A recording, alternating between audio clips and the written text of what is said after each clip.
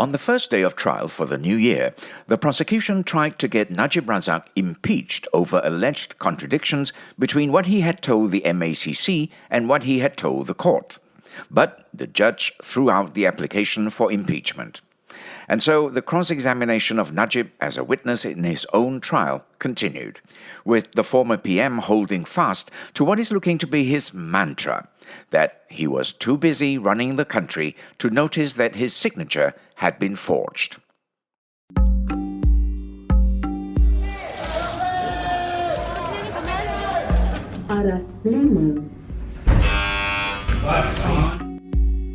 By the Malaysian Insight, this is The People versus Najib Razak.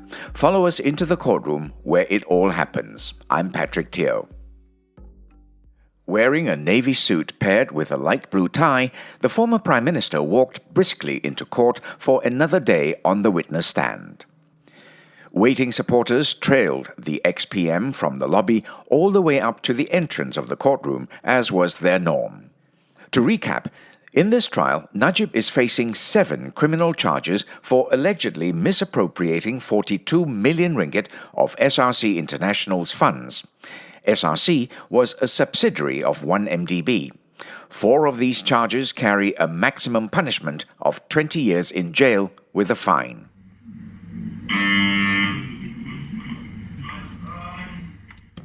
Prosecutor V. Sitambaram kicked off today's proceedings by asking for the court to impeach Najib for making contradictory statements in court, compared with what he had told the Malaysian Anti-Corruption Commission, or MACC. Witness impeachment is a process of calling into question the validity and credibility of an individual testifying in a trial.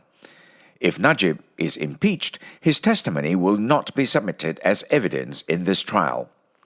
While questioning Najib, the MACC had shown him documents which bore his signature. These were documents relating to one of the 2 billion ringgit loans which KWAP, that is the Civil Servants Retirement Fund, had given to SRC. Najib had confirmed with the MACC that the signatures on the documents were indeed his. But later in court, he denied having even seen these documents. He said that the signatures might have been forged.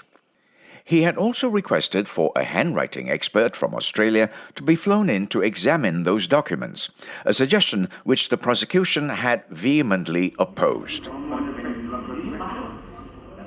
Najib's lawyer, Havinderjit Singh, whom we call Harvey, argued that the ex-PM had already explained the contradictions in his statements. He is not saying he didn't sign it. He is saying that he doubts the authenticity of the signatures and wishes for an expert to look at it, Harvey contended for his client. Najib's lead counsel, Shafi Abdullah, also stood up to say that this impeachment application was not done in good faith, because it was brought up only 1 day before the court was set to hear the ex-PM's request for a handwriting expert to be brought in.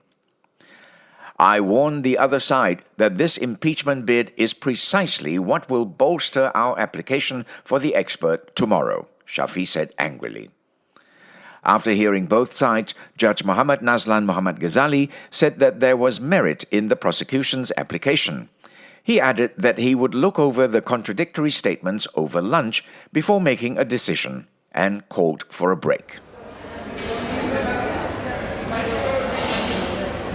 When proceedings resumed, however, Judge Nazlan said that after inspecting Najib's MACC and witness statements, he could find no material contradictions in them. He ruled that the contradictions alleged by the prosecution were reconcilable and were not serious, and added that the former PM's explanation for the discrepancies were sufficient. Therefore, there will be no impeachment, the judge decided. With his impeachment application thrown out, Sitambaram started cross-examining Najib, who was already in the witness stand. I'll let Yvonne share this part. The prosecutor began with a document marked by the court as P277. This was one of the letters with Najib's signature that he had denied seeing or signing. When it was shown to you, you were asked who signed it by the MACC officer, Sitam pointed out. Harvey stood up to object. As there was no impeachment proceeding, the prosecution shouldn't be allowed to ask about the documents, the lawyer said. Sitam countered that this was what the defense had asked for, that he questioned Najib about the discrepancies in his statements through cross-examination without having to impeach the ex-PM. The prosecutor pressed on, repeatedly questioning Najib over why he had told the MACC that the signatures were his and then later telling the court otherwise. Najib reiterated his standard answer, that he was too busy fulfilling his role as Prime Minister at the time to notice that his signature had been forged. I was not aware at the time that there was a scam going on, Najib insisted, but now I have doubts about the signature. But Sitambaram was unfazed. With each answer the ex-PM gave, the lawyer would rephrase his question and ask it again.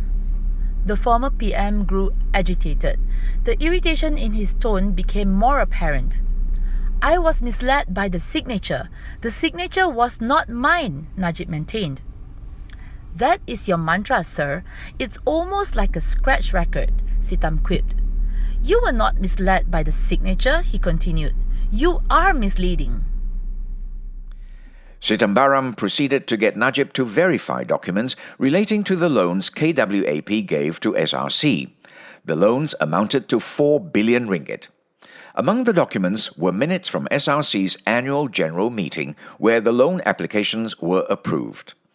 The prosecutor put it to Najib that the loans were approved and signed by Najib on February 8, 2011, even before the SRC board was appointed in June that same year. Najib simply said that he disagreed. Proceedings trudged on slowly, with Sitam asking Najib to verify more documents. At 5 p.m., Judge Nazlan adjourned proceedings for the day. The trial will continue tomorrow. This podcast is produced, written and mixed by Revati Supramaniam, Yap Pik Kwan and Yvonne Lim. I'm Patrick Teo.